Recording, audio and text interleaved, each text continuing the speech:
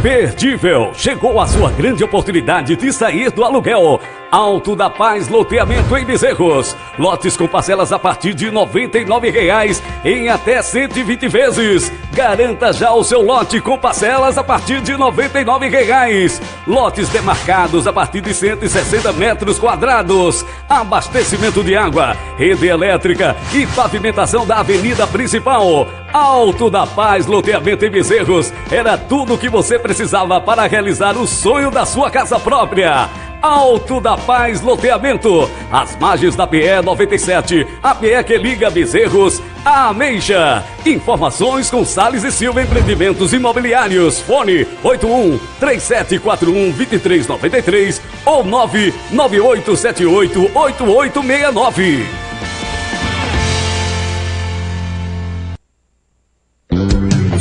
Há mais de 12 anos, a Speedline atua no mercado com tecnologia avançada, rede de fibra óptica, com planos entre 15 e 100 megas. Veloz e boa qualidade, a Speedline dispõe de equipe capacitada e com preço que cabe no seu bolso. Speedline agradece a sua preferência. Fones 3728-3756 ou 0800-8820-001. Speedline, sua conexão com o mundo.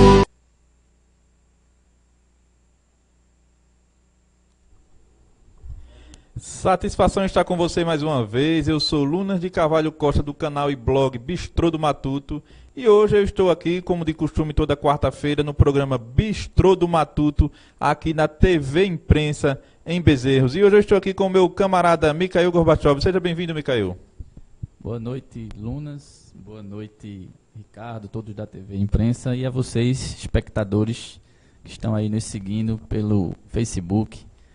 Já temos algumas pessoas ao vivo aí. 16 pessoas já ao vivo, exatamente. Então vamos embora. 16 pessoas estão conosco aqui. Eu vou começar logo dando um alôzinho ao Arlan Jefferson. Arlan que tem um quiosque, ele vai me perdoar, depois ele vai colocar o nome aqui, eu vou falar. Tem um quiosque lá aqui no Shopping Bezerro, né? Ele comercializa acessórios para celulares e celulares também. Um abração, meu irmão. Todo dia eu vejo, cumprimento, ele passa aquela energia boa pra gente ali do Shopping Bezerros. Um abraço pra tu. O cantor Igor Henrique, né, que é revelação aqui na cidade de Bezerros. Na verdade, assim, faz uns anos que ele está trabalhando e graças a Deus tem crescido bastante. Sucesso, meu irmão Igor Henrique. Geis Azevedo, César Rinoto, tem a galerinha que tá colando aqui conosco. E hoje nós vamos falar sobre um assunto que é uma cultura também, que é uma arte também, que é ser entusiasta da Segunda Guerra Mundial. Aí o pessoal diz, mas vai falar sobre a guerra, a Segunda Guerra, e o que é que tem de arte isso, o que é que tem de cultura? É cultura justamente por conta disso, porque muita gente, além de gostar do tema, coleciona e estudam artigos a respeito disso, né? Então, hoje eu chamei aqui mais um entusiasta da Segunda Guerra Mundial, que é uma pessoa que a gente de vez em quando está falando, né? E outras pessoas vão participar do nosso programa. Como vocês estão vendo, hoje nós estamos sem músicos. Infelizmente, quem iria cantar hoje é o cantor e baixista Carlinhos Bez, né? Carlinhos baixista, ele também faz voz e violão. Ele viria cantar com o percussionista Joba, mas agora há pouco mesmo, ele recebeu uma notícia que teve que dar uma assistência à avó dele, que está hospitalizada. Então, infelizmente, Carlinhos Bez, como nós chamamos, não pôde estar conosco hoje à noite. Então, pela primeira vez, o nosso programa Bistrô do Matuto está sem músico, né? Foi agora há pouco mesmo, e não deu para a gente encaixar outra pessoa. E nós vamos fazer assim na raça, viu? Mikhail vai cantar, daqui a pouco vai cantar, né? Recita uma poesia daqui a pouco. Então pronto, já tá valendo, né? Já vai expressar a arte de todo jeito. Falando em poesia, né? em arte e cultura, não sei se é do conhecimento do Bistrô, mas a população bezerrense, né, o grande Kiko Gouveia, eu fiquei sabendo agora à tarde que já está com o projeto dele Cantando Poesia, já está tendo uma reverberação em Recife, já está com a agenda em Recife. O som de poesia. Som de poesia, né? Então aí, parabéns Kiko, parabéns a galera aí que está mandando as poesias e ele está musicalizando. É importante a cultura bezerrense estar alavancando fronteiras. Com certeza, muito legal mesmo, né? Na verdade vai estar em Olinda, né? Que é a Grande Recife. Vai estar em Olinda no próximo sábado, dia 9. E é uma alegria muito grande, né? Pra gente que somos amigos dele, independente se nós não fôssemos amigos, como você falou. É a poesia de Bezerro reverberando, né? Com certeza. Né? Porque são poesias de colegas, algumas dele de colegas nossos, né? Que ele declama e canta, e isso é muito massa. Eu quero desejar aqui meus votos de melhora para a vovó de Carlinhos, né? De Carlinho Bez, para que logo logo ele possa estar conosco com o coração bem tranquilo, bem em paz, né? Que ela se recupere logo, venha para casa, e nós vamos voltar, né, a falar sobre o tema sugerido, que é sobre a Segunda Guerra Mundial, já que nós somos entusiastas, né? E o que é ser entusiasta da Segunda Guerra?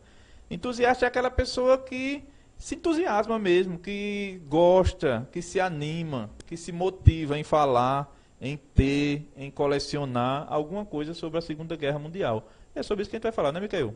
Verdade. E só puxando um gancho do que você falou no início, né? O que é que tem a ver com cultura, com arte, com... Então, assim, baseado nisso, né? Os grandes entusiastas, eles fazem peças, réplicas, souvenirs, e aí existe a comercialização, né? Então, assim, abre um leque, inclusive para o mercado econômico, né? Porque as pessoas com a internet vão no mercado e procuram saber se tem souvenir, se tem algum exemplar, se tem alguém que tem alguma peça original que não quer mais. Então, é uma cultura, né? É uma cultura viva ainda, né? Você vê que a gente teve a Primeira Guerra Mundial, que foi fundamental para o estopim da Segunda, mas que Falar a Segunda em Primeira Guerra Mundial, vamos deixar o nosso técnico colocar aí um cartazinho da Primeira Guerra, já que tu tocou nesse assunto, né? Positivo. Mas pode continuar, enquanto ele vai falando. E a gente percebe que hoje a que a gente dá mais importância é a Segunda Guerra Mundial, né? E aí muitas pessoas sequer sabem como foi que se dá da primeira, e a gente também vai estar trazendo isso para vocês hoje, elucidar para como a gente chegou no B, né? Tem que falar do A, né? Do A, exatamente. Então é isso que a gente vai falar. Nós não estamos aqui hoje para falar de desgraça, viu, gente? Nós estamos aqui para falar de coisa... acaba falando de uma coisa ruim, né? Que morreu muita gente, que foi a Segunda Guerra Mundial, né? Que a vitória dela trouxe essa suposta liberdade que nós vivemos hoje, né? Que se o nazismo ou o Império Nipônico tivesse ganhado, talvez nós não estivéssemos aqui hoje, né? Então a gente vai começar falando sobre as origens da Segunda Guerra Mundial, que foi a primeira, né? Primeira, né? A Primeira Guerra Mundial. Pois é. Nós estamos enquanto nós vamos conversando, o nosso técnico vai colocar aí os cartazes, né? Primeiro vai ser o cartaz da Primeira Guerra Mundial. O primeiro que eu te enviei, eu acho que é... Deixa eu ver, é um cara, um senhor com as medalhas no peito, um desenho, né? Tudo desenhado, né? Que é cartaz, né? Pronto, exatamente, pronto. Esse é um cartaz americano da Primeira Guerra Mundial, né? Que engraçado que eles não participaram diretamente da Primeira Guerra Mundial, né? Eles foram como voluntários, né? Eles, assim, como os Estados Unidos sempre chegaram no momento mais propício, né? Então, hoje, muitas pessoas veneram a nação norte-americana, mas, assim, historicamente... Nas duas guerras, a nação chegou em momentos pontuais, naquele momento que diz assim, eita, quando eu vejo que alguém vai ganhar, eu colo ali e vou investir. Então, os Estados Unidos, infelizmente, sempre teve essa cultura de aonde for que vai ganhar, eu estou chegando e estou colando. Então, mas assim, a produção, né, de propaganda, eles sempre entraram muito com isso fortemente e pesado, né? E também financiando, né, por debaixo dos panos, o grupo que eles estavam querendo que ganhasse, que sinalizava que talvez ganhasse alguma coisa e fosse render algo para eles. Mas aí, como a gente estava falando há pouco tempo, a gente acabou falando sobre os Estados Unidos por conta do cartaz, né? E eles nem participaram diretamente, né? Foram só alguns voluntários, apesar, meu filho, que venderam coisa a bambal, né? Venderam munição, venderam suprimento, né? Ganharam muito dinheiro durante a Primeira Guerra e no pós-guerra, né? E no pós-guerra, que depois produziram tanto, se animaram tanto, que acabou criando a crise de 1929, né? De tanta produção que tanto que se empolgaram, né? Com certeza, né? Então a gente costuma dizer o ditado que ganhou muito em cima da desgraça dos outros, né? Enquanto todo mundo estava lá morrendo, se matando, os Estados Unidos estavam querendo tirar algum proveito em cima. Tirando, né? E tirou, né? Hoje, se a gente for olhar a grande potência que os Estados Unidos são economicamente, né? Passa por isso aí, passa por cima da desgraça mundial de outras nações, né? O financiamento, a indústria armamentista que foi implantada, a questão do pós-guerra também, né? E essa indústria de consumo, de desenvolvimento que foi com que gerou hoje reflexos que a gente tem do consumismo, né? Então, assim, se produzia em larga escala, tinha-se uma demanda para aquilo, mas chegou uma hora que não tinha como corresponder. E aí teve aquela grande crise em 29, né? E depois passada a Segunda Guerra Mundial, né, passada a Guerra Fria, ainda continuou com essa ótica e hoje a gente ainda percebe que os Estados Unidos mantêm a mesma logística de sempre. Pois é, vamos dar um abracinho aqui pro nosso amigo Marcelo, da banda Talentos, né? Marcelo Talentos. Valmir de Souza Abade, toda noite tá com a gente aqui, toda quarta-feira, né? Meu amigo Valmir Bacamateiro. Francisco Gouveia, muito obrigado, Micael e Lunas. Massa, forte abraço para vocês. Luna fortalecendo nossa mídia regional e Micael, um movimentador na nossa cidade. Legal, valeu, sucesso para ti. Talvez até eu compareça lá, talvez até chegue lá em Olinda, viu? Para ver teu show, tua apresentação. Marcelino Aquino, boa noite. Boa noite, meu irmão. Marcelino Aquino, Josenildo tá por aqui. Suzana Lima, lá da Gamileira, um abraço para Suzana, sempre com a gente também. E a gente vai voltar a falar, né, sobre a Primeira Guerra, né? Porque houve um fato que ocasionou a Primeira Guerra, né? Sempre há interesses políticos, a gente sabe disso. E na época era um interesse de expansão mesmo, territorial, até de busca de recursos, né? Mas houve um fato, um assassinato em si, né, que acabou culminando, né, na Primeira Guerra, não foi? Isso, de Francisco Ferdinando, né, do Império Austro-Húngaro, né, e assassinado pelo sérvio Mão Negra, né, que era a Sérvia não aceitava a forma com que o Império Austro-Húngaro estava querendo se impor perante alguns domínios de territórios da Sérvia, né, e aí, como naquela época, né, para que o pessoal entenda, sempre existiam questões políticas, né, e a gente vai tratar de algo que a gente vive no Brasil, principalmente a partir de 1500, que é o colonialismo. E nessa época estava rolando algo que se chamava-se neocolonialismo. Era uma partilha entre as nações, as grandes potências da época, né, que as mais congratuladas foram a Inglaterra e a França, né, com a partilha da África e da Ásia. Era a nova expedição de colônias. E aí teve duas nações que ficaram de fora e ficaram muito enraivecidas, né, que foi a Itália e a Alemanha. Né? E aí a Itália e a Alemanha se aproveitaram de um momento onde estava também numa crescente do pan-germanismo, né, que era aquela coisa que já é o início do nazismo, que Hitler lá na frente vai, que é o sentimento nacionalista de querer unir todo o povo em torno de uma identidade cultural apenas, né? Então, quando Francisco Ferdinando foi assassinado e que o Império Austro-Húngaro cobrou da Sérvia algo perante a Mão Negra e a associação que ele fazia parte, e que a Sérvia não correspondeu com os anseios, o que se esperava, né, do Império Austro-Húngaro, aí se rebelou o Império Austro-Húngaro, e junto com essa rebeldia, porque o Império Austro-Húngaro ainda tinha um pouco de interferência em algumas colônias. Colaram a Itália e colou a Alemanha, e aí fizeram aquela tríplice, né, que foi Império Austro-Húngaro com Itália e Alemanha. Né? Deixa eu dar um abraço aqui para o nosso amigo que está lá em Caruaru, nos acompanhando, o Gleidson Tavares, né, esteve conosco aqui há 15 dias atrás, falando sobre a consciência negra. Gleidson Tavares, né, que é um historiador também, comunicador, né, tem um blog muito importante aqui na região e está nos acompanhando também. Um abraço, Gleidson Tavares, está nos acompanhando aí de Caruaru. Aí, como ele estava falando, né, tudo nasceu a partir desse assassinato que houve, né, e aquela região onde tem onde era o Império Austro-Húngaro, que hoje é a Sérvia, a Hungria, Polônia, né? Aquela região dos Balcãs é, na verdade, um barril de pólvora, né? Porque ali é constantemente, é uma região atribulada realmente, né? Então há diversos atritos, há atritos constantemente, né? E a Alemanha, como ele falou, né? E a Itália já irritada com a situação desse neocolonialismo, né, dessa nova forma de querer dominar o mundo, precisando de recursos, né? Um dos objetivos da Alemanha mesmo era conquistar uma área francesa, a Alsácia-Lorena, uma região francesa, mas muito rica em minério, né? Porque a indústria crescia. A mais rica da França na época, né? Era, né? A mais rica da França. Que a França, inclusive, ficou muito para baixo e vendia alma ao diabo para conseguir de volta. Né?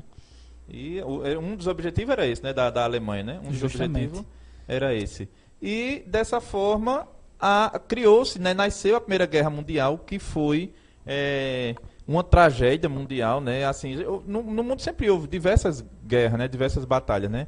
Mas foi uma guerra que realmente impactou o mundo, né? Com certeza, né? A Tríplice Aliança, né? Que foi essa que foi formada. Lembrando que aí a gente contextualizando, né? A gente teve do outro lado, né? Para combater essa Tríplice Aliança que foi formada, que eram das pessoas das nações que não gostavam de como tinha sido feita a partilha, e também com o mote do assassinato de Francisco Ferdinand. Do outro lado vieram Inglaterra, França, né? Com a Tríplice Entente, não é isso? Foi Inglaterra, França e teve outra nação que agora não recordo se eram foi. 3. Os Estados Unidos e Canadá participaram como voluntários. Isso. Né? E aí, né, situando o Brasil nisso tudo, o Brasil começa a dar apoio, né, do meio para frente à Tríplice Entente, né, que no caso era das potências que estavam com o processo de neocolonização muito avançado, né? Ficamos de um lado, do lado contrário à Itália, contrário à Alemanha, ficamos do lado da Tríplice Entente naquela época. Pois é, então a partir daí que nasce a Primeira Guerra. Isso foi na verdade o gênese, né, da Primeira Guerra. Por quê? Porque essa guerra acabou, né?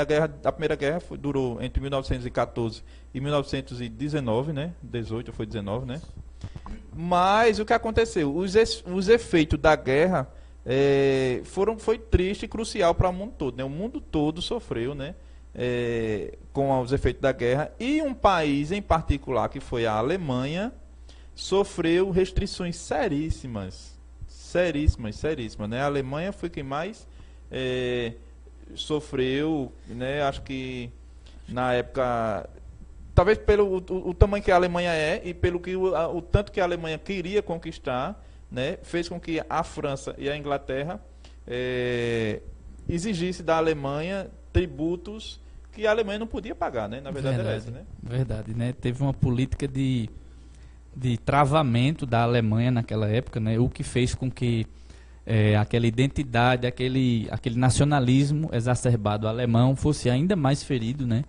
E aí, quando a gente trata do final da Primeira Guerra Mundial, a gente trazendo uma figura ilustre que vai aparecer na segunda, que é Hitler, né? Uma figura ilustre para a gente tratar sobre esse assunto, a gente tem que passar pela ilustração de Hitler.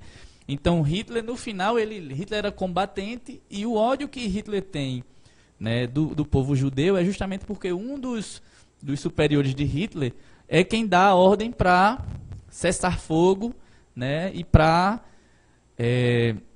na trincheira mesmo, recuar e abandonar. Então, naquela época, Hitler impressiona-se muito. Existem alguns relatos de pessoas que estudam a mente humana, dizem que Hitler, no Mein Kampf, falava que fitou a estrela de Davi, que simbolizava o judaísmo naquela época, e a partir daquilo ali, tudo que atrelava-se ao judaísmo, ele tinha aquela lembrança do superior dele, e isso fez com que ele tivesse ainda mais ódio do povo judeu, né, e cometesse aqueles vários crimes lá na frente. Então é importante a gente também passar de como o Hitler era na Primeira Guerra Mundial e como ele chegou na Segunda a partir daquilo, né? Porque a gente sabia muitas pessoas sabem ali quando ele começou a fazer seus discursos nas cervejarias, mas assim, poucas pessoas sabem que ele também combateu na Primeira Guerra e que teve esses problemas aí. Exatamente, né? Ele teve esse problema com o suposto comandante, que já era raro, porque na verdade os judeus, ele era um povo que eles não se viam com pátria, né? Na verdade, assim, pouquíssimos judeus, né, vestiam a farda, né? Eles se achavam no direito de ficar isento, por não ter um território, né? Então, o que acontece? Muitos judeus estavam lá com suas vidas preservadas, enquanto que os alemães estavam dando seu sangue. Dando sangue. Né? Sem falar nessa situação de um atrito com um certo comandante que, por obra do destino, era judeu também, né? Justamente. Sem falar que, assim, a Primeira Guerra Mundial é uma guerra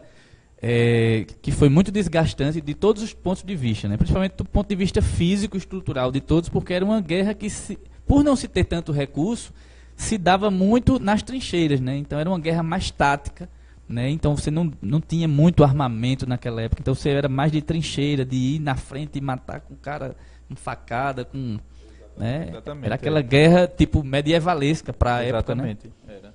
Né? Que até uma curiosidade, né? Nós temos uma banda aqui no Brasil chamada Barão Vermelho. Existe ainda, né? Barão Vermelho, né? Existe. Né? Barão Vermelho. E as pessoas não sabem quem foi o Barão Vermelho. O Barão Vermelho, na verdade, foi uma pessoa da alta classe alemã, né? O von Richthofen. E ele tinha o desejo, tinha o sonho, né? Aquele sonho romântico de batalhar, de lutar, né? De ser um cavaleiro, né? Só que assim, ele chegou num período que a guerra era de trincheira, né? Já estavam nascendo os tanques de guerra, né? Então a guerra de trincheira, você ficava lá entrincheirado, aguardando a hora do comandante apitar para você correr, para matar ou para morrer, ou então ser corroído por baratas e ratos, que era uma realidade. Então, de uma hora para outra, ele se frustrou extremamente, porque ele era da cavalaria, era um nobre, né? Ele era um oficial da cavalaria, e não tinha a oportunidade de ir para uma batalha romântica, né? Como se via falar, né? Aí o que aconteceu? Quando ele teve a oportunidade de voar, né? Em 1914 já existiam os aviões de guerra, né? Que inclusive foi uma das tristezas de Santos Dumont, e dizem até que ele se suicidou. Um dos motivos foi esse, né? De ver o seu invento sendo usado para matar pessoas. Então, quando ele teve a oportunidade, ele se tornou o mais brilhante aviador, né? Daquela época, né? O Barão Vermelho. Richthofen. E a gente, sem falar, você falou uma coisa importante, né? Sem falar a quantidade de doenças, né? Que se proliferaram nessa época, né? Gangrena, todo tipo de doença. Você dividir ali a comida na trincheira, você comer comida de 3, 4 dias com bolô, que aí também foi quando se descobriu que o bolô também tinha um efeito anestésico, né? Então, mas assim, o saldo foi extremamente negativo, né? Acho que se a gente for olhar pelas condições, né, pode ser até uma besteira, mas assim, se a gente for analisar comparativamente as condições da Primeira e da Segunda Guerra Mundial, a primeira, pela questão estrutural, causou muito estrago, né? Porque não se tinha estrutura, a galera dava o sangue, como você diz, né? Ia para lá pro fronte mesmo e passou por tudo isso. A segunda você já tinha algumas coisas, você já tinha, né, os tanques, você já tinha uma série de um arsenal bélico, né? Então morria mais gente, obviamente, mas do ponto de vista de se ter algo e não se ter, acho que causou bastante estrago. Acho que não tinha como proporcionalizar que uma foi mais mortífera do que a outra. Eu acho que ambas causaram estragos enormes e que ainda hoje a gente sofre esses respingos, né? Pois é, pessoal, hoje o programa Bistrô do Matuto está falando, né, estamos conversando sobre os entusiastas da Segunda Guerra. Vem outros assuntos interessantes, a gente vai mostrar a cara de algumas pessoas por aí também, viu, gente? Nós somos entusiastas da Segunda Guerra Mundial e estamos falando da origem da Primeira Guerra Mundial. Vejam que interessante, né? Falamos aqui agora sobre as trincheiras e as doenças que tinha nas trincheiras. Falamos que Hitler lutou, né? E Hitler, inclusive, ele foi vítima de arma química, que depois a convenção, acho que a Convenção de Genebra, as convenções eram leis, eram acordos que eram estabelecidos para regulamentar a forma de matar, por incrível que pareça, né? Então, assim, ele foi vítima de uma arma química, né? Se eu não me engano, o gás mostarda, né? Ele ficou cego durante um período, foi vítima e ganhou até uma medalha, né? Ganhou uma medalha, a Cruz de Ferro, por conta disso, né? Que ele foi vítima. Ele teve uma baixa, né? Não morreu, mas teve uma baixa, né? Quando a guerra terminou, ele estava hospitalizado por conta disso. E outra coisa, outro fato interessante, a indústria agropecuária avançou bastante depois da Primeira Guerra Mundial, porque como era usado veneno à torta e à direita, né? Que gás mostarda era um.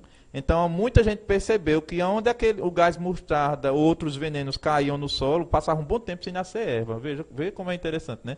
Então, houve um avanço também da indústria. Isso, e se a gente, por isso que eu falei que hoje a gente ainda sofre alguns respingos, porque se a gente for ver a produção, né, alavancada dos agrotóxicos, né, que hoje geram inúmeras doenças aí, né? Chegou uma época na Revolução Verde que seria a saída para ter comida para todo mundo, e hoje a gente produz comida para todo mundo, mas a gente ainda percebe que tem pessoas famintas, né? Então é meio contraditório isso, mas a gente percebe que esse veneno que era utilizado lá e que teve uma repercussão nas plantações, nos terrenos, potencializou o uso químico no solo E hoje os alimentos, né, para quem estuda biologia sabe que, né, o alimento, quando pega um veneno e a gente ingere aquele alimento, 10% do que estava contido no alimento vem para nosso organismo, né?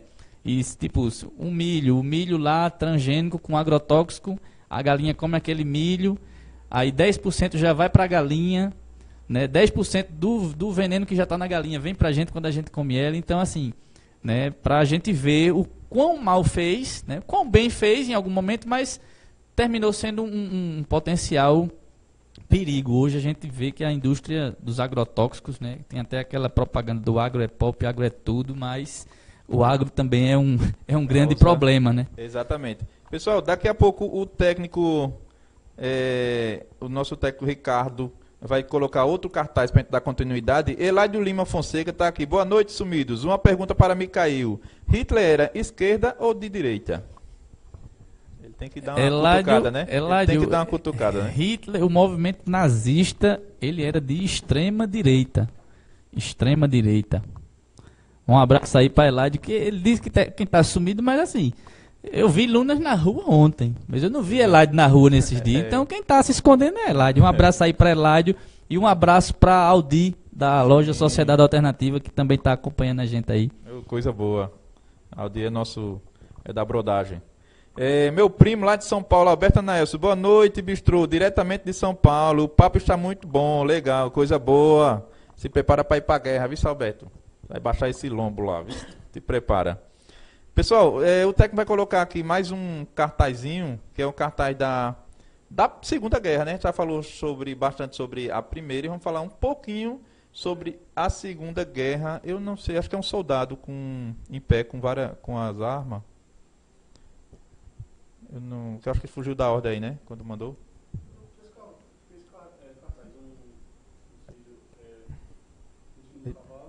Não, esse não. Não, eu tenho outro. Pronto, esse mesmo. Esse cartaz aí, pessoal, é no dia que os Estados Unidos entrou na guerra. Lógico que houve uma série de cartazes, né? Interessante assim, que a gente está falando da década de 40. Então, na década de 40, eram gravuras, né, desenhadas, e já existia, lógico, a impressão, né? Mas a maioria era desenhada mesmo, assim, né? Não se usava tanto o uso de fotos, né? Justamente, lembra até os gibis de Superman, né? Os cartões, os traços, né, norte-americanos. Que era nesse período, né? Acho que foram criados nesse período. Né? Os grandes heróis norte-americanos. Pois é. Os Estados Unidos sempre chegam na hora mais propícia para ser herói e é a maior indústria de heróis, né? Exatamente. Do planeta. Exatamente. César Inoto está dizendo aqui, extrema direita sendo do Partido Socialista. É uma briga que um joga pro outro. Mas vamos deixar essas políticas para lá. Por enquanto. Entendi a mensagem, César. Olha, vamos... Um abraço para César Inoto aí, grande brother. Aí, daqui a pouquinho, nós vamos continuar, né? Vamos ter alguns vídeos, algumas participações aqui também de pessoas que não puderam estar conosco, como nosso amigo Carlinhos, que iriam cantar hoje, não pôde estar. E eu acabei de mostrar o cartaz de Pearl Harbor. Por quê? Porque amanhã completa, eu acho que 76 anos do ataque a Pearl Harbor. Acho que é 76 anos, acho que é isso. Do ataque, né, onde os Estados Unidos foi pego de surpresa, né, pelos japoneses. E até então eles vendiam equipamento, né, vendiam tanque de guerra, munição, né, para os países aliados, mas até então eles não tinham entrado na guerra, né? O presidente na época era Roosevelt, né? Franklin Delano Roosevelt. Churchill, o primeiro-ministro inglês, já torcia para que algo acontecesse, para que eles entrassem de fato na guerra, né? E aconteceu, né? Os japoneses tiveram a ousadia de pegar sorrateiramente os Estados Unidos e destruir, né, quase todo o arsenal, né, uma série de navios e de submarinos que estavam lá guardados em Pearl Harbor, né, na Ilha Pérola, né, uma das mais belas ilhas daquela região. Verdade. E aí a Inglaterra naquela época, né, já era ressabiada com a Alemanha, porque tinha uma disputa interna entre a Alemanha e a Inglaterra, e aí, como você disse, foi a cereja do bolo. O Japão fez aquilo e disse, opa, é agora que a gente vai com tudo, botar os peitos lá, a caixa dos peitos e vamos que vamos. Exatamente, né? E os Estados Unidos entrou na guerra, né? E existem inúmeros fatos, né? Centenas de fatos que não dá para a gente falar de tudo. Eu só estou falando de Pearl Harbor porque amanhã é o aniversário, né, desse ato dos japoneses, né? Mas aí os Estados Unidos entrou na guerra, entrou logo com 2 frentes de batalha, né? Que foi uma na Europa e outra, né, no Oceano, acho que é Índico, né? No Pacífico, no Oceano Pacífico, né? Então entrou com 2 frentes de batalha e no final das contas quem saiu como grande vitorioso da Segunda Guerra foi os Estados Unidos, né? Verdade, né? E o poderio de financiamento, né? Que aí quando a gente vê lá na frente a batalha nas margens do rio Volga, que é quando o Exército Vermelho dá cabo de fazer com que Hitler estoure os miolos, e até alguns historiadores utilizam a seguinte metáfora, né? A seguinte frase para representar: enquanto Hitler estourava os miolos, Stalin gargalhava, porque estava encerrando a Segunda Guerra Mundial. Então os Estados Unidos tiveram, além dessas 2 frentes, uma representação muito simbólica no termo de financiamento, né, de financiar alguns países como a própria União Soviética, que estava com o exército, o exército e seus equipamentos totalmente sucateados. Então, para a gente ver, tinha uma proporção de para cada 4 soldados, apenas um tinha um rifle ou uma espingarda. E às vezes o rifle ou a espingarda, por conta do inverno, não disparava. Então a gente tinha aí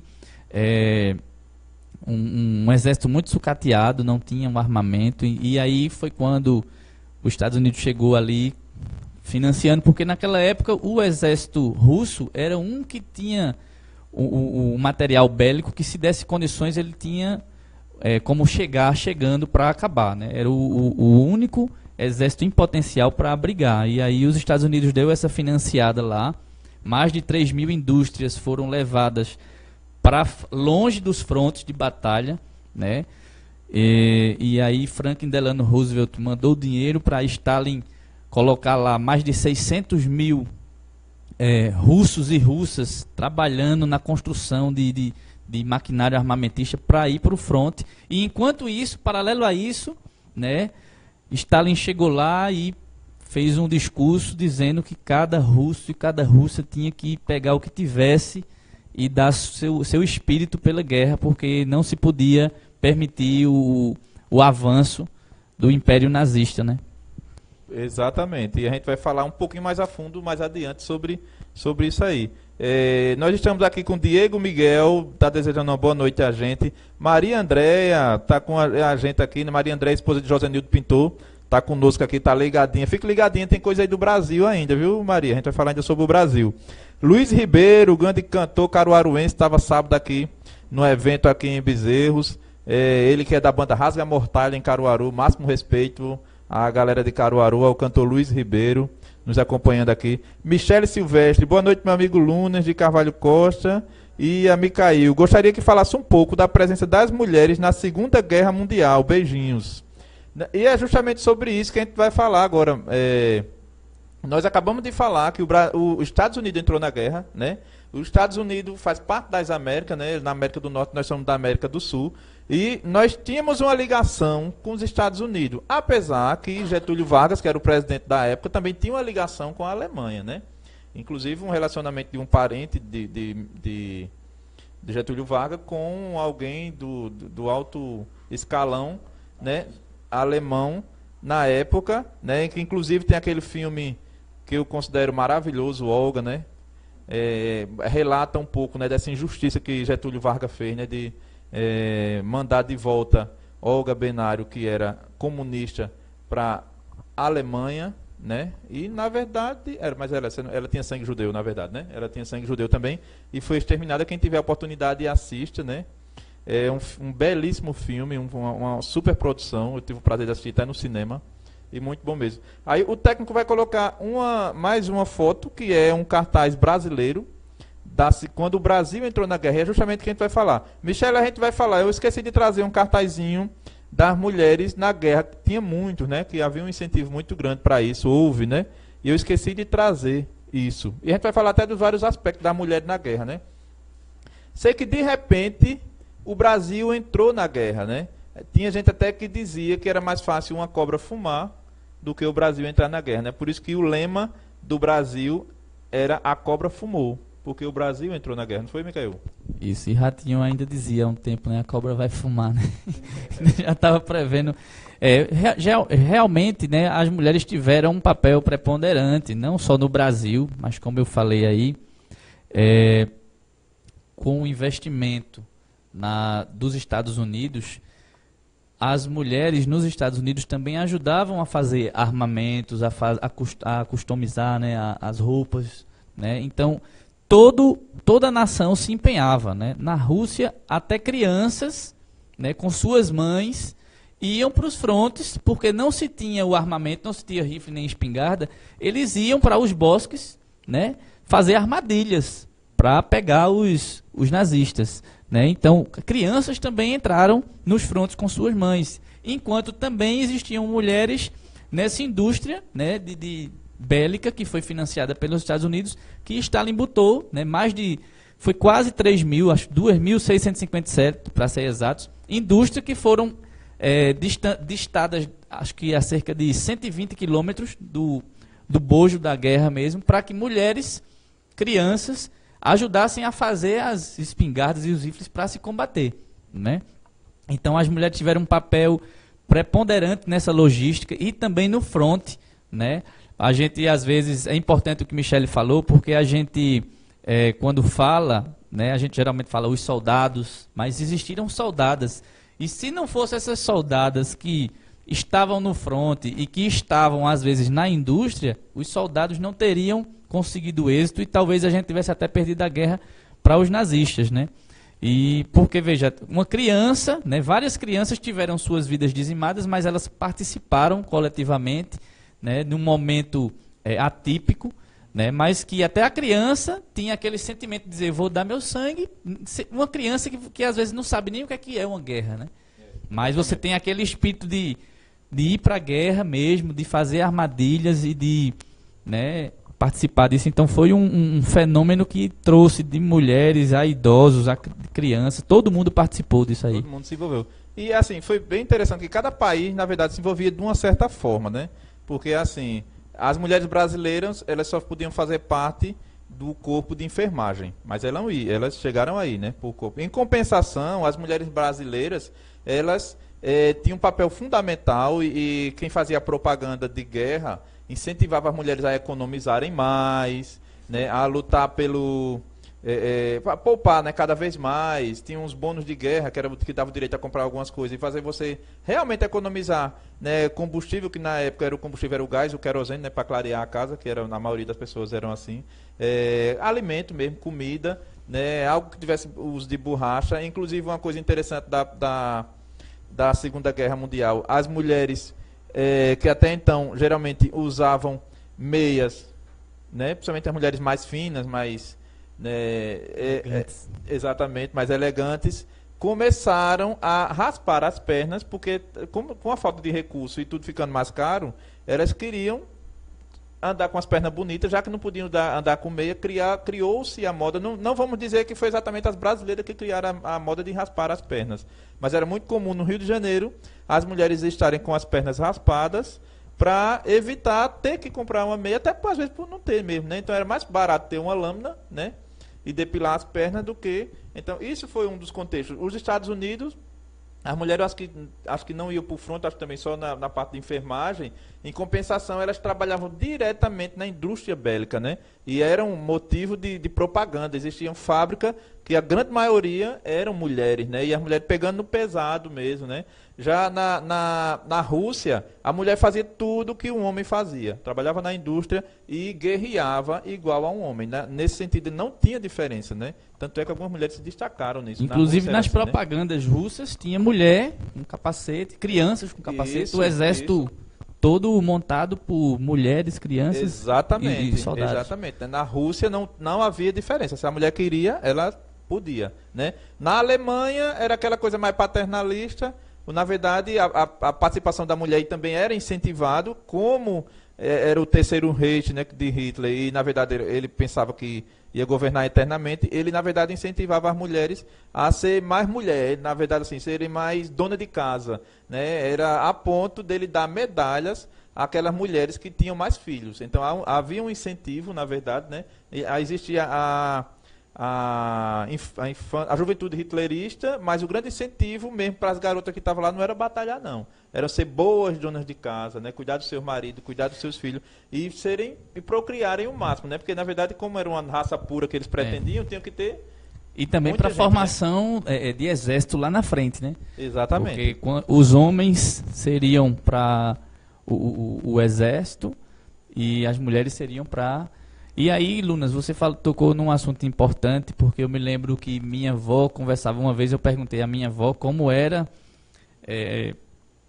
que era naquela época da ditadura, porque assim, quando você vem para uma cidade, o Brasil não sofreu tanto impacto com a Segunda Guerra, a gente entrou, mas temos algumas pessoas que foram condecoradas, mas reflexos mesmo a gente teve pouco, né? E se o Brasil teve pouco, imagine aqui em Bezerros, imagine pessoas como minha avó que eram da zona rural. Então naquela época eu perguntei, vó, e no ano de tal, como é que era? E ela dizia assim, veja, seu avô, né, ia para a rua, ninguém podia muito sair de casa, né? Era muito avião voando, seu avô pegava as coisas, uma vez no mês ele ia na rua, comprava fardos de comida, as sacas, né?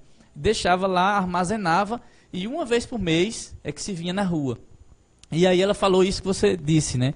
Que eu já li em algum livro de antropologia, a cultura que geralmente as mulheres têm de regar, de administrar com pouca comida, fazer milagres, veio justamente dessa questão da Segunda Guerra. Como se tinha, os recursos eram mais dispendiados, mais gastados para o arsenal bélico, para a guerra em si, tudo que você tivesse tinha que ser guardado, retido, para que você não passasse aquela necessidade. Então, num livro de antropologia, eu vi esse artigo interessante que falava que essa cultura, né, de regar, que geralmente, hegemonicamente, as mulheres é que tem, né? Vamos economizar aqui, vamos fazer tal coisa.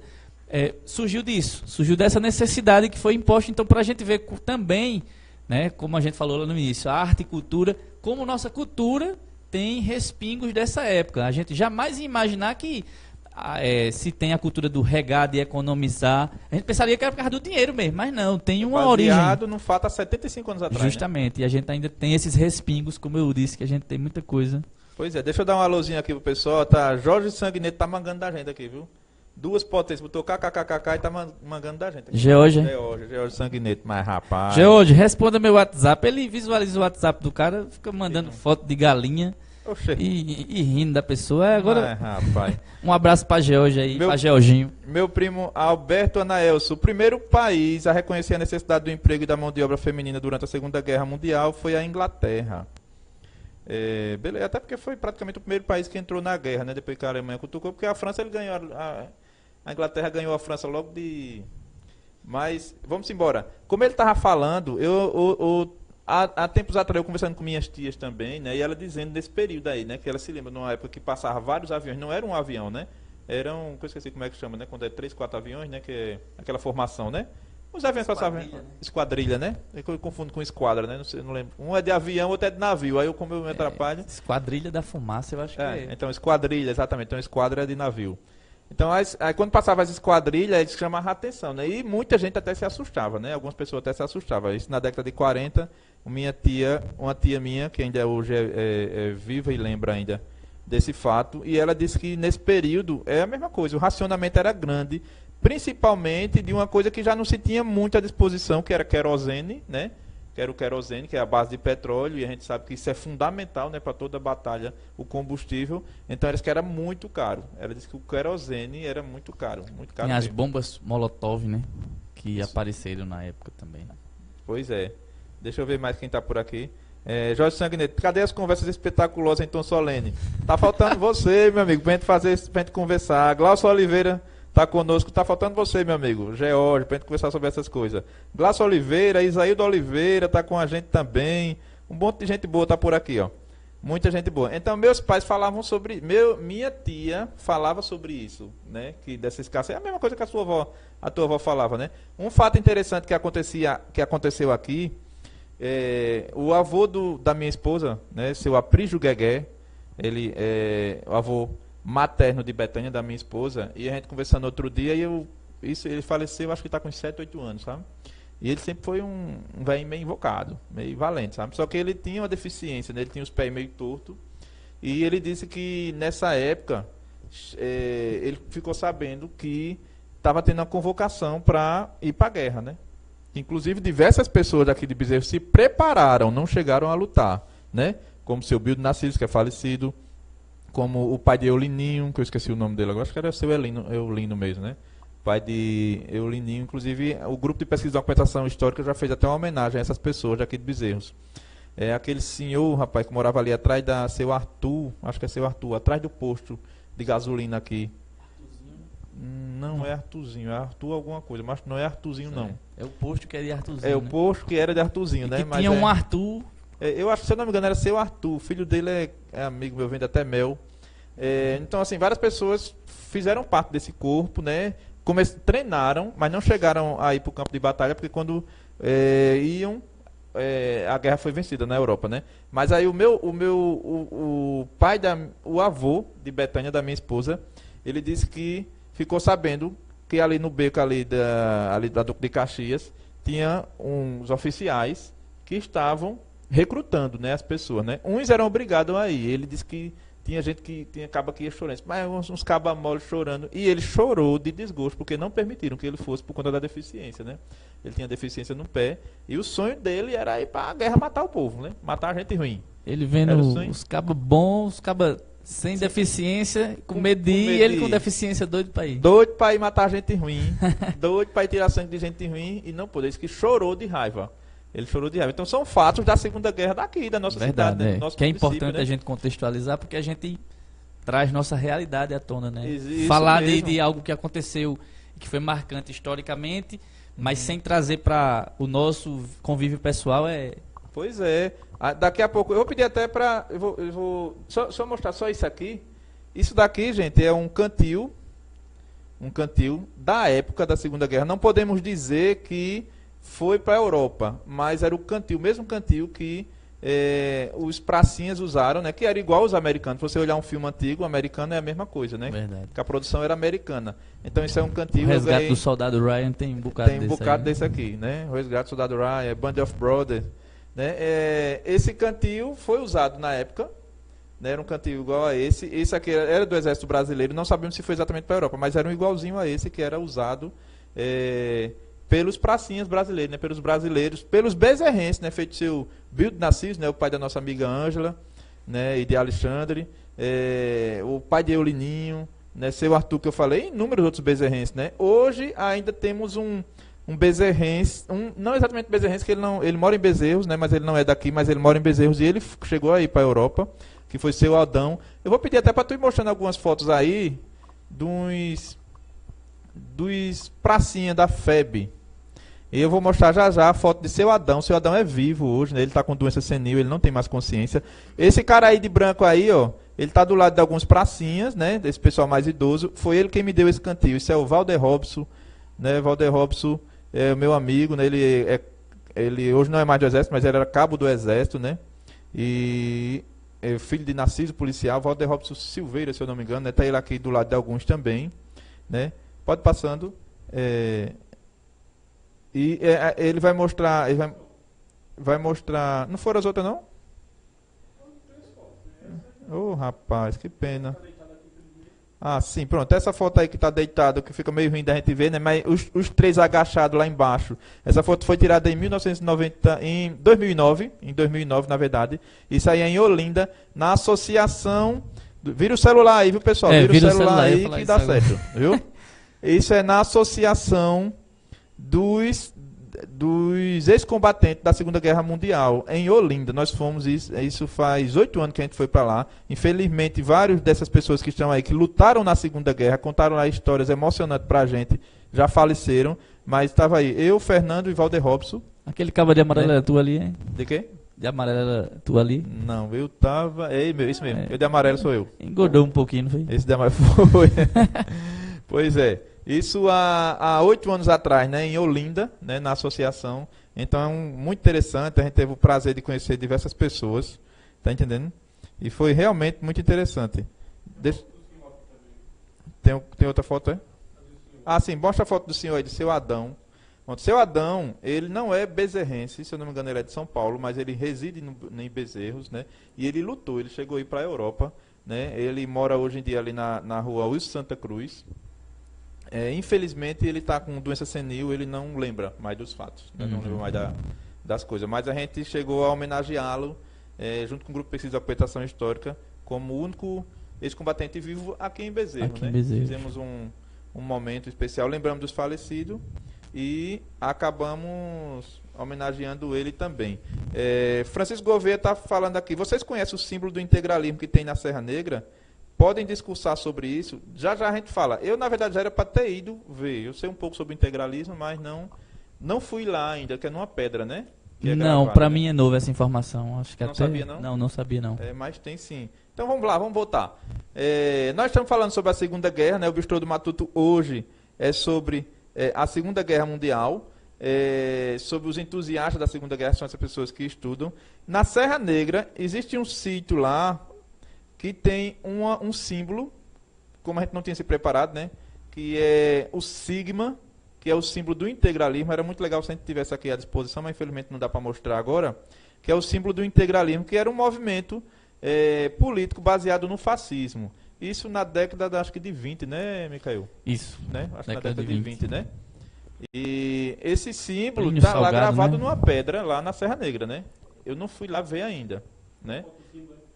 Do símbolo do integralismo. Isso. Tu pode pegar? Pronto.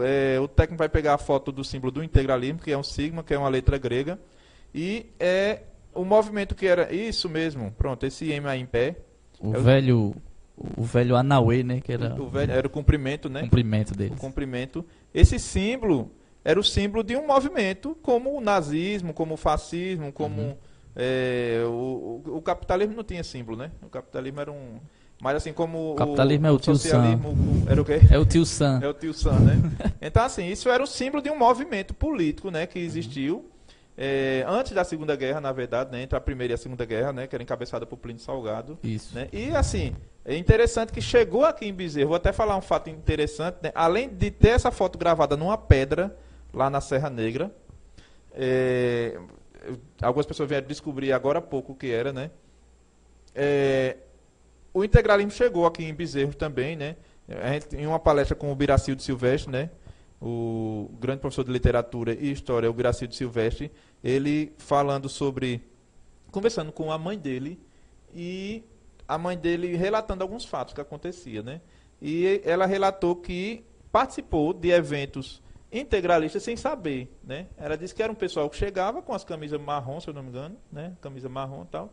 E com a permissão do Papa, do padre, né? Porque eles eram muito ligados à Igreja Católica, né? A questão de Roma lá, né, na Itália, né? Isso. Inclusive, eu ia até dizer essa curiosidade, não sei se é verídica, mas dizem que um dos intuitos do símbolo Anauê, né? Como o Brasil inicialmente teve uma ligação mais forte com a Itália, simbolizava também o M de Mussolini, né, lateralizado. Então eu também não sei se procede, né? É uma questão que me veio agora à memória, que na época que eu pesquisava muito sobre nazismo e fascismo, me remeteu a essa imagem agora. Eu não sabia dessa informação, não. Né? E agora quando você vê, como eu estava lateralizado aqui, eu vi o M e me lembrei, né? Tinha essa informação, mas... Então pronto, o integralismo era um movimento baseado no fascismo, né, que era um movimento italiano, político italiano, encabeçado por Francisco Mussolini, né? Benito Mussolini, né? Vou confundir com Francisco Franco Ferdinando Franco, mas Francisco Franco de Portugal, né? Sim, Portugal, mas franquismo, aí o integralismo era esse movimento que tentava trazer os mesmos guiar, né, montar aqui uma estrutura política baseada no fascismo, né? Então, assim, um dos pilares era a igreja, né? Era esse conceito religioso mesmo, né? Inclusive, se eu não me engano, eles foram contra a Semana de 22, né? Acho que, Sim, né? um movimento contrário à Semana da Arte Moderna. Da arte moderna, porque eles eram contra o novo, né? Eles eram bastante ligados às coisas bem antigas, né? Uns conceitos bem antigos. E a mãe de Biracildo... Isso assim. E também porque a Semana de Arte Moderna foi um movimento que começou a dar origem ao comunismo do Brasil, né? Uhum. Então, como o comunismo rompia com algumas tradições do pessoal do integralismo, então se tinha essa divisão. E como a gente estava falando, a mãe de Biracildo Silvestre participava desse encontro. Ela disse que a juventude ia para a igreja, ou ia lá para a estação do trem, aí vinha um trem do Recife, né, com esse pessoal, e esse pessoal ia para um salão da igreja, que eu acho que não era exatamente onde é o salão paroquial hoje, né? Era em outro ambiente da igreja, e lá eles falavam de Deus e falavam de algumas coisas políticas. Aí até o Biracildo perguntava: mãe, a senhora participava desses negócios políticos? Eu disse: meu filho, a gente não tinha liberdade, o prazer de ir para canto nenhum, sem ser coisa da igreja. Quando o pessoal dizia, não, que aquele pessoal é da igreja, a gente ia, né? Só que assim, era um disfarce, na verdade, né? Era a forma que eles tinham de se chegar na população, principalmente no começo do século passado, né? Então, Kiko, foi meio superficial, né, sobre o integralismo, né, de Plínio Salgado, mas assim, o integralismo chegou fortemente aqui em Bezerro, né, como você mesmo ressaltou, que tem o símbolo lá na Serra Negra, e não foi porque pintaram por pintar, é porque havia integralistas aqui em Bezerro e que montava a estrutura, que montava ações, né, integralistas aqui em Bezerro, né, voltando. Aí, eu queria, até foi uma das razões que eu te chamei, né, para que tu falasse também sobre a presença da Rússia na Segunda Guerra Mundial, né? Eu queria que o nosso amigo Ricardo colocasse aquela foto aí do cavaleiro matando um nazista, né?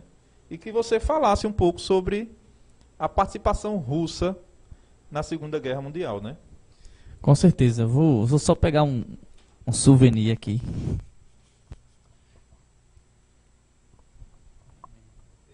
Esse cartaz aí representa, como você está vendo aí, né, um soldado russo, né, um cavaleiro russo, massacrando um soldado alemão.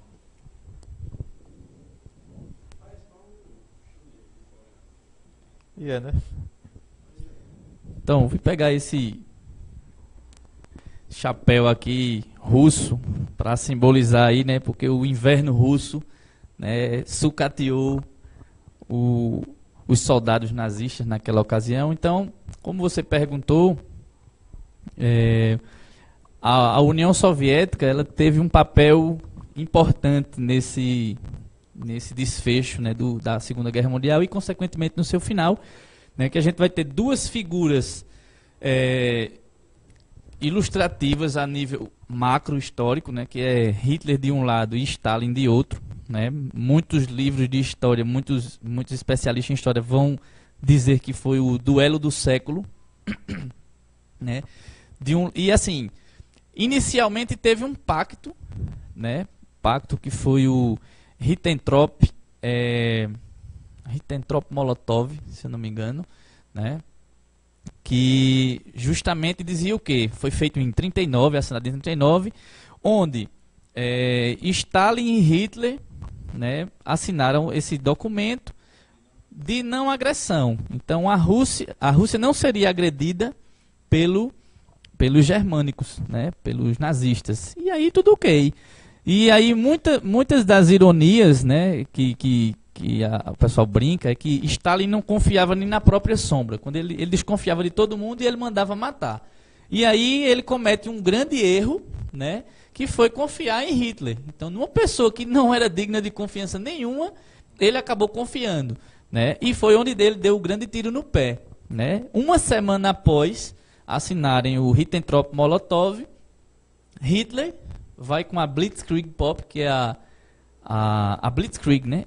Que é a Guerra Relâmpago, né? Atacando, né, o território da União das Repúblicas Socialistas Soviéticas. Então, era madrugada de 22 de junho, se eu não me engano, por volta das 3 horas. Stalin estava indo dormir, né? e é surpreendido no começo de seu sono com bombardeios e ele estava, segundo um relato, ele estava esperando o raiar do sol para começar a trabalhar, que ele dormia de 3 horas da manhã e acordava às 6h30, todos os dias. E aí ele foi surpreendido com os raiares das bombas, né? E aí, quando um dos grandes do chefe do comando do Exército Vermelho foi avisar ele que estava sendo bombardeado até o general na hora disse assim: Ribbentrop avançou. Fomos pegos de surpresa por Hitler. Então dizem que Stalin ficou 2 dias em casa, em choque, sem saber o que falar, andando de um lado para o outro, e aí foi pego de surpresa com mais pessoas do Exército Vermelho chegando lá e dando uma sacudida. Ei, o que é isso? E dizem que ele estava magro, todo sujo, não tinha tomado banho e neurótico, porque deu confiança a um cara que não merecia. E aí foi quando ele entrou, né? E por que Stalin ficou dessa forma? Né? Stalin ficou dessa forma porque, sofrendo uma agressão do Império Nazista, ele sabia que não tinha como combater. Por quê? Como eu disse antes, o exército estava totalmente esfacelado, não tinha soldado, não tinha rifle, não tinha espingarda, não tinha indústria.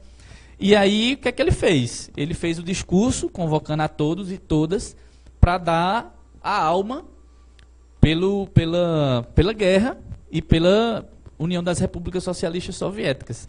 E foi o que aconteceu, né? Mais de 600 milhões de mortos, né? O exército tinha mais de 30 mil que já tinham sido mortos a mando de Stalin por desconfiança e outros estavam presos, mas sem condições de ir, né? Paralelo a isso, era uma guerra interna, porque Stalin, ao passo que ele manda convocar a todos, ele está numa batalha da URSS contra os nazistas de Hitler, mas ele também está com uma batalha interna, porque quem se negasse a ir para o fronte, né, para a guerra, ele mandava matar. Então ele estava com uma guerra interna e também estava com outra guerra lá fora. Então foi um duelo de titãs, assim, né, de loucos, porque foram os dois que mais mataram individualmente, e quando se juntaram nas suas brigas foi que dizimaram metade da população do planeta, eu acredito, né? Mas aí Stalin foi feliz quando recebeu essa ajuda de Roosevelt, injetou dinheiro lá e vamos fazer essas indústrias, né? Mais de 2.500 indústrias com mulheres, crianças trabalhando e fazendo esses armamentos para ir para a guerra. E aí, em agosto, por volta do dia 2 de agosto, nas margens do rio Volga, né, quando se começa a pegar de surpresa, Stalingrado já tinha sido acabada, né, começa a se pegar de surpresa os nazistas, e Stalin começa a reconhecer que poderia ganhar a guerra e acabar a partir dali. A data foi 2 de agosto, se não me engano, foi quando Stalin disse: opa, a gente tem uma sobrevida e dá pra gente derrotar o cara do bigode raspado dos dois lados da lateral. Uma coisa boa, né?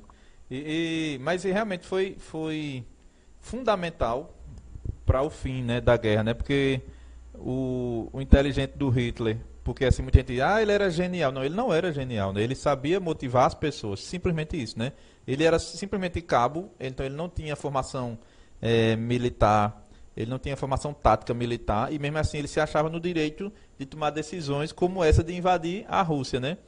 E a Rússia vinha habituada a guerras, né? de longas datas, né? A Rússia, que eu me lembro de guerra grande, a Rússia perdeu no começo do século passado para o Japão, né? Mesmo sendo pequeno, mas com uma guerra basicamente naval, acabou perdendo para o Japão. Mas a Rússia vinha de muitas vitórias, né, em guerra, né? E um dos fatores, né, imprescindíveis da Rússia era a estratégia que já foi usado em 1820, por aí, que foi contra o exército de Napoleão, né, do francês Napoleão, que era a estratégia da guerra da terra arrasada, né? Eles saíam, toda a estrutura russa perto das fronteiras eram simplesmente desmontadas, né? As fábricas, as casas, eram já feitas de forma que pudesse ser tudo desmontado e colocado em cima dos trens e levado. Além disso, eles saíam... plantações, acabando dizimava tudo que era para não dar oportunidade, justamente, né? Não deixava uma pedra sobre outra pedra para não dar sombra para o inimigo, né? O nome da operação nazista era a Operação Barbarossa, que era em homenagem a Barba Roxa, que era um imperador alemão e do século XII, né? E aí Stalin disse assim, Stalin se viu naquilo, pô, a ofensiva nazista é forte, a Luftwaffe vem com tudo, mas o que é que a gente tem? Um exército arrasado, um bocado de soldado morto e crianças, mulheres e algumas espingardas e rifles. Então vamos utilizar de tática. E aí é onde tem o grande diferencial. Um era o entusiasta que chegava e convencia as pessoas com a oratória e as pessoas se motivavam e iam, sem nem saber o porquê. E o outro era o cara de natureza intimidatória, que era Stalin, que ou você ia ou você morria. Então, ou vai para a guerra para supostamente morrer, ou morre porque eu vou lhe matar.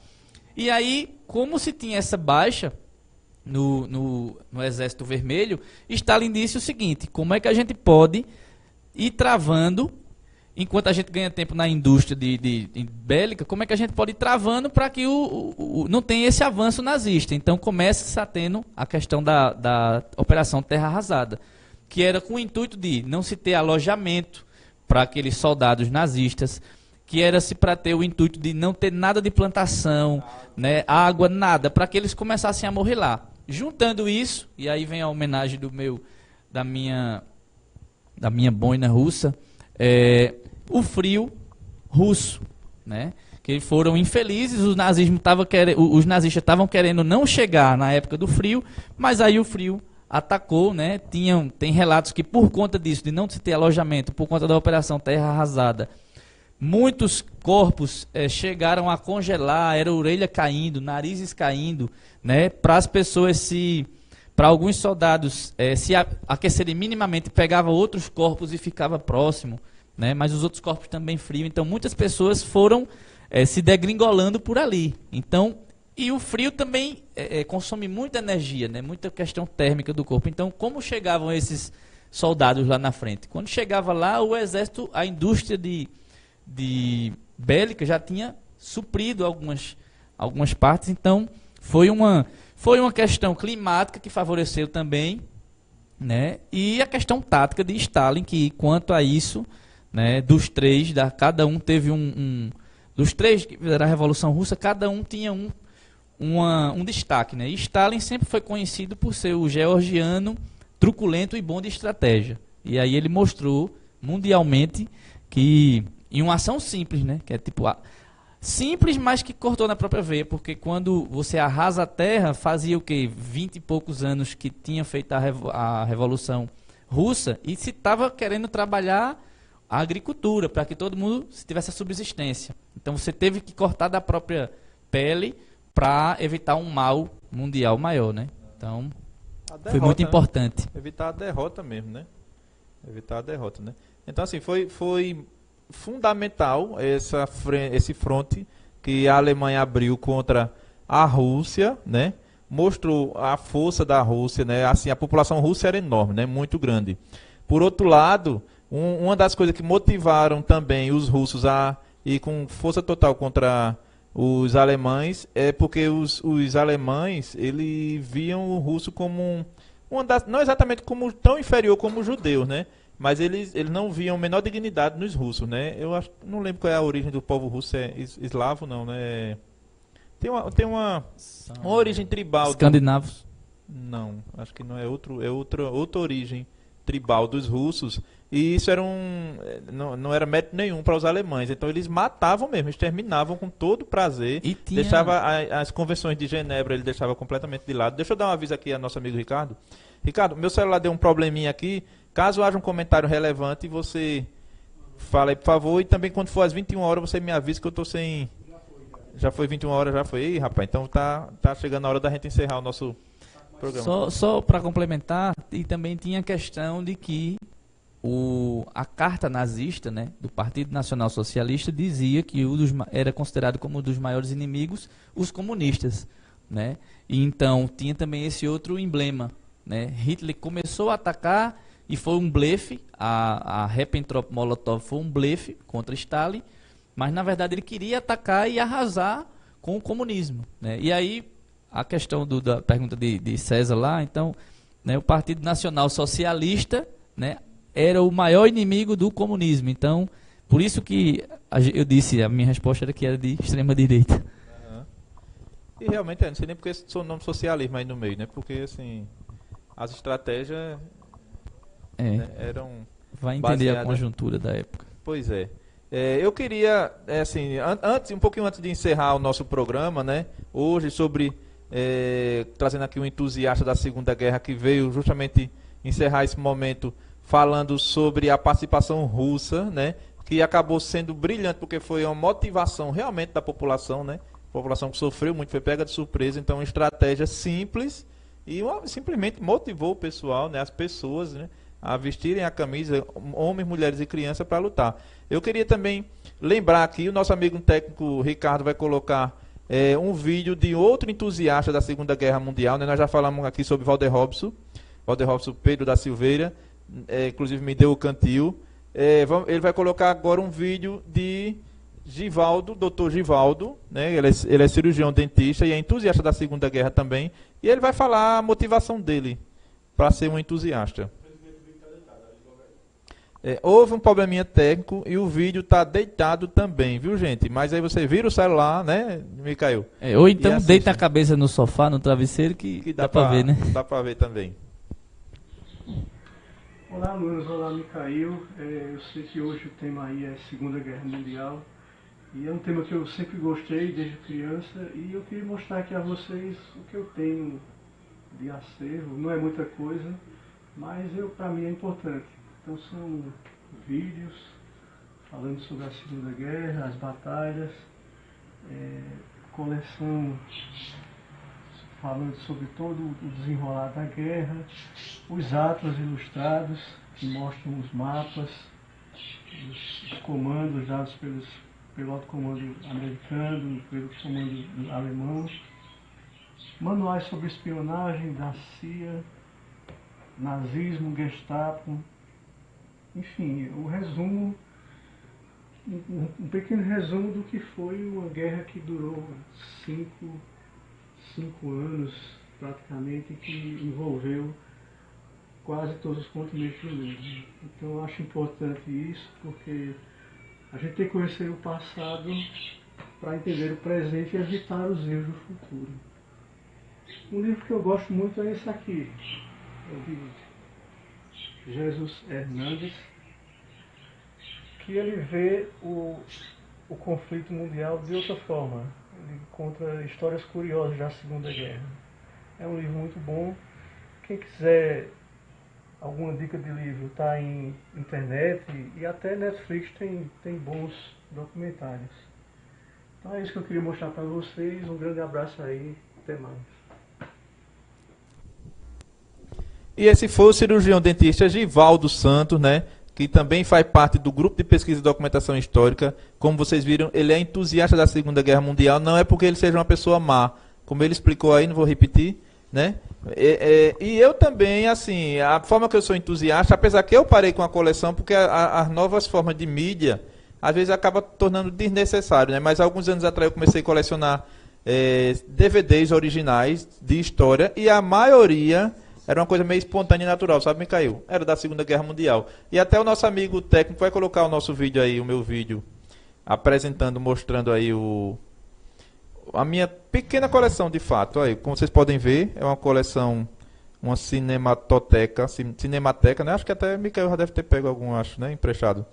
E tem vários vídeos históricos, mas a grande maioria é sobre a Segunda Guerra Mundial, porque realmente eu me interesso pelo tema. Então tem vários tipos de filmes, né? A gente tem dramas de guerra, feito esse filme aí, Sunshine, que na verdade passa por dois períodos, da Primeira Guerra e da Segunda Guerra Mundial, né? Tem outros filmes aí, como esse filme brasileiro, Herói, né? Todo produzido no Brasil. Fala o relato de três heróis brasileiros. Sentapua, um grande documentário que ganhou o mundo sobre os aviadores da Força Aérea Brasileira. Né? Outros filmes aí, como o filme de Rommel, né? A Raposa do Deserto, o maior general alemão, Erwin Rommel, e outras porrada de filmes que a gente tem aí, né? Documentários também. Esse filme é um grande drama, né? Polonês, né? Filhos da Guerra, muito sofrido, dá vontade realmente de chorar quando a gente assiste ele. Alguns filmes, que é quase um documentário feito a lista de Schindler, né, que não é exatamente um filme de guerra, é um drama, mas se passou durante a guerra, né, a Segunda Guerra Mundial, né. Furio, né, esse filme aí, David Bowie, o cantor David Bowie, que morreu faz 2 anos, participou, né, foi o ator principal, né, do filme Furio, Em Nome da Honra, que fala de uma relação entre oficiais ingleses e alemães. Olga, como eu tinha falado, né, o grande filme brasileiro Olga, uma grande produção brasileira, né? E aí tá meu xodó, que é a coleção Band of Brothers, ela é legendada, né, o áudio original. E uma vez no ano, inclusive esse ano eu não assisti, mas uma vez no ano eu tenho que assistir Band of Brothers, é o que tira meus estresses. Realmente eu acho muito massa, principalmente o sentido de união, né, entre eles, né? Não é à toa que o nome da série é Band of Brothers, né, que é bando de irmãos, né? A maioria dos filmes que eu tenho ali são de propaganda americana, simples e dura e seca, né? Foi um período que eles tinham ganhado a guerra e, na verdade, uma boa parte dos filmes era durante os 10 anos da Guerra do Vietnã. Então, assim, havia uma necessidade, né, de Hollywood produzir algo que entusiasmasse, que mostrasse que os americanos eram os bonzinhos e santinhos, enquanto que outros povos não são. Então, assim, a grande maioria não são relatos históricos perfeitos. Mas para a gente que gosta de Segunda Guerra, a gente acaba assistindo, curtindo aquela coisa toda. Mas outros são, né, feito A Queda, né, de Hitler, que se eu não me engano é uma produção alemã, e são relatos, né, perfeitos, né, dos fatos. Pessoal, esse foi o nosso programa de hoje, sem música, né, infelizmente, né, o Bistrô do Matuto. Hoje a gente falando sobre os entusiastas da Segunda Guerra Mundial, né, citamos alguns nomes, algumas pessoas. Citei aqui meu souvenir que eu ganhei do amigo Walter Robson, né, alguns anos atrás, né, esse souvenir aqui que tem mais de 70 anos. Né, e eu queria que Mikhail Gorbachev fizesse suas considerações finais aqui. Eu agradeço de coração pela sua contribuição no nosso programa de hoje. Eu que agradeço, né, o convite mais uma vez. Espero ter contribuído com o intuito que se objetivava desse encontro. Espero que o pessoal de casa tenha, né, curtido, tenha gostado. Aparentemente, pelo que a gente leu aqui, teve de feedback, foi boa, fluiu. Eu acho que até a música, né, a ausência da música deu um caráter dinâmico também. Então, acho que sim. O tempo passou e, né, a gente não percebeu. Pois é. Então é importante isso aí também. Agradecer a participação das pessoas, né, as indagações, e sempre que precisar e a gente puder contribuir, a gente está à disposição. Exatamente, pessoal. Meu sonho é fazer um congresso sobre a Segunda Guerra Mundial, né? De uma hora para outra vem até João Barona aqui no seu Jeep, né? O baterista do Paralamas vai estar aqui. E a música com ele, né? E a música também, né? Ele tocar também, né? João Barona, que é o maior entusiasta da Segunda Guerra mais famoso que nós conhecemos, né? Que faz parte do Paralamas do Sucesso, coleciona Jeeps e frequentemente está lá na Itália, onde o Brasil venceu algumas batalhas. Pessoal, muito obrigado aí pela sua companhia, obrigado ao técnico Ricardo e a toda a equipe da TV Imprensa. Na próxima quarta-feira estaremos aqui com um tema super especial e com música, viu, dessa vez, viu, pessoal? Valeu, até a próxima. Mikhail, mais uma vez, muito obrigado, meu irmão.